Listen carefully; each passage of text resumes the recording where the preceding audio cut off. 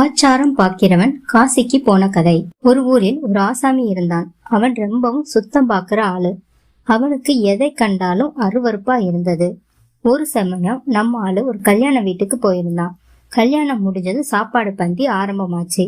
இவன் ஒரு ஓரமா போய் உட்கார்ந்துகிட்டான். சாப்பாடு பிரமாதமா இருந்துச்சு. இவனுக்கு பக்கத்து இலையில உட்கார்ந்து இருந்த ஆசாமி பால் பாயாசத்தை உறிஞ்சு உறிஞ்சி குடிச்சிட்டு இருந்தான். அப்ப எச்சில் இவன் மேல தெரிச்சிடுது. நம்ம ஆளுதான் ரொம்பவும் சுத்தம் பாக்குற ஆளாச்சே, இந்த கர்மத்தை காசியில போய் தான் தொலைக்கணும்னு நினைச்சுக்கிட்டு மறுநாளே காசிக்கு போனான். அந்த காலத்துல இப்ப மாதிரி பஸ் ரயில் வசதி எல்லாம் கிடையாதே. வசதி இருக்கிறவங்க வண்டி கட்டிக்கிட்டு போவாங்க, வசதி இல்லாதவங்க கால்நடையாகவே போவாங்க. போய் சேரவே பல நாள் ஆகும். பகல் முழுக்க நடப்பாங்க. இரவு நேரத்தில் ஏதாவது சத்திரத்திலோ அல்லது யார் வீட்டு திண்ணையிலோ படுத்து தூங்கி விட்டு மறுநாள் பயணத்தை தொடங்குவாங்க. இப்படி மத்தவங்க தங்குறதுக்கு வசதியாகவே அந்த காலத்துல பெரிய திண்ணை வைத்த வீடு கட்டினாங்க. திண்ணையில வந்து தங்குறவங்களுக்கு சாப்பாடோ அல்லது நீர்மோரோ அல்லது தங்க வசதிக்கு முடிஞ்ச ஏதாவது ஒன்றை அவங்களுக்கு சாப்பிட கொடுப்பாங்க. அவன் பகல் முழுக்க நடந்து இரவில் ஒரு வீட்டு திண்ணையில் வந்து சுருண்டு படுத்தான். அந்த வீட்டு ஆள் வந்து, ஐயா, உங்களை பார்த்தா ரொம்ப தூரம் நடந்து வந்து களைச்சு போனவரா தெரியுது, வாங்கய்யா வந்து சாப்பாடு சாப்பிட்டுட்டு படுங்க என்றார். இவனுக்கு நல்ல பசிதான். ஆனால் ஆச்சாரம் தடுத்தது. கடைசியில் வயிறுதான் ஜெயிச்சது. அவன் சாப்பிட சம்மதிக்கவும் அந்த ஆளு தன்னோட மனைவியை கூப்பிட்டு சாப்பாடு போட சொன்னார். கை கால் சுத்தம் பண்ணி விட்டு சாப்பிட உட்கார்ந்த அவன், அம்மா, எனக்கு இலையில் சாப்பிட்டு தான் பழக்கம், அதனால இலையில் பரிமாறணும்னு சொல்ல கொஞ்சம் யோசித்த அந்த அம்மா சரின்னு சொல்லி ஒரு இலையை கொண்டு வந்து போட்டு சாப்பாடு பரிமாறினாங்க. சும்மா சொல்லக்கூடாது, சாப்பாடு அருமையா இருந்துச்சு. அவன் நல்ல திருப்தியா சாப்பிட்டான்.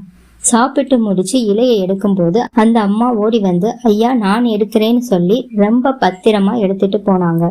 இதை பார்த்த நம்மாலு தூர வீசி எரிய போற இலையை என்னத்துக்கு இவ்வளவு பத்திரமா எடுத்துட்டு போறீங்கன்னு கேட்க, அந்த அம்மா, இந்த ஊரில் வாழை இலை கிடைக்கிறது குதிரை கொம்புதான். என்னோட மாமனாரும் உங்களை போல வாழை இலையில தான் சாப்பிடுற ஆள். அவருக்காகவே ஒரே ஒரு வாழை இலை வாங்கி வச்சிருக்கோம்.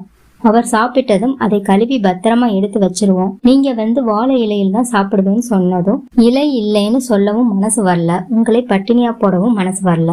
அதான் என்னோட மாமனார் சாப்பிடுற இலையில் உங்களுக்கு சாப்பாடு போட்டுட்டு இப்ப பத்திரமா எடுத்து வைக்கிறேன்னு சொல்லவும் இவனுக்கு சாப்பிட்ட சாப்பாடெல்லாம் தொண்டையிலே சிக்கிக்கிட்ட மாதிரி ஆகி போச்சு. சரி, இந்த கருமத்தையும் காசியில போய் தொலைச்சிடலாம்னு நினைச்சுக்கிட்டு படுத்து தூங்கினான். மறுநாள் எழுந்து நடக்க ஆரம்பித்தான். அன்றைக்கு பகலெல்லாம் நடந்து விட்டு ராத்திரி ஒரு வீட்டு திண்ணையில் தங்கினான். அந்த வீட்டம்மா இவனை பார்த்ததும், ஐயா, சாப்பாடு சூடா இருக்கு, வந்து ஒரு வாய் சாப்பிட்டுட்டு படுங்க என்றதும் இவன் முன்னெச்சரிக்கையாக வாழை இலை வேண்டாம்னு சொல்லிவிட்டு தினமும் புழங்காத மண் பாத்திரம் இருந்தால் அதில் சாப்பாடு போடுங்க என்றான். அந்த அம்மா ஒரு அறையில் போய் ரொம்ப நேரம் தேடி துருவி ஒரு மண் பாத்திரத்தை கொண்டு வந்து அதில் இவனுக்கு சாப்பாடு வைத்தாள். திருப்தியா சாப்பிட்ட இவன் மண் பாத்திரத்தை கிணற்றடிக்கு கொண்டு போய் கழுவ ஆரம்பித்தான். கை தவறி கீழே விழுந்து மண் பாத்திரம் உடைந்து போச்சு. இதை பார்த்ததும் அந்த வீட்டில் இருந்த கிழவி குய்யோ முய்யோன்னு கத்த ஆரம்பிச்சிருச்சு. என் புருஷன் சாக கிடந்த கடைசி காலத்தில் இந்த பாத்திரத்தில் தான் அவர் கை கழுவி வாய் கொப்பளிப்பார்.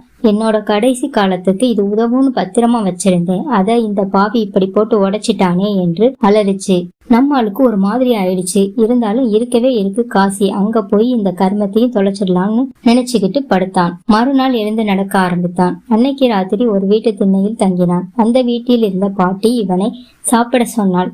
இவன் முன்னெச்சரிக்கையாக, இலை பாத்திரம் எதுவும் வேண்டாம், நான் கையை நீட்டுகிறேன், நீங்க கரண்டியாலே எடுத்து போடுங்கன்னு சொன்னதும் அந்த பாட்டியும் அது மாதிரி செய்ய வயிறு நிறைய சாப்பிட்டு விட்டு திண்ணையில் வந்து உட்கார்ந்தான். அங்கிருந்த ஒரு மாடப்பிறையில் வெத்திலை பாக்கு இருந்தது. பாட்டி நமக்கு தான் வச்சிருக்கு போலிருக்கு என்று நினைச்சு இவன் பாக்கை எடுத்து வாயில் போட்டு கடித்தான். இவன் கடிச்சதும் பாக்கு உடைபடுற சத்தம் வீட்டு உள்ளே இருக்கும் பாட்டிக்கு கேட்டது. பாட்டி குடுகுடுவென ஓடி வந்து என்னன்னு விசாரித்தாள். ஒண்ணும் இல்லை, இங்கிருந்த பாக்கை எடுத்து வாயில் போட்டு கடிச்சேன், அந்த சத்தம் தான் நம்மால சொல்ல. பரவாயில்லை, உங்க பல்லு ரொம்பவும் பலமாத்தான் இருக்கு. நானும் இந்த பாக்கை 10 நாளா வாயில போட்டு கடிக்க முடியாம எடுத்து வச்சிருந்தேன். நீங்க ஒரே கடியில கடிச்சு வச்சீங்கன்னா நீங்க பலசாலிதான்னு பாராட்டு பத்திரம் வாசிச்சா.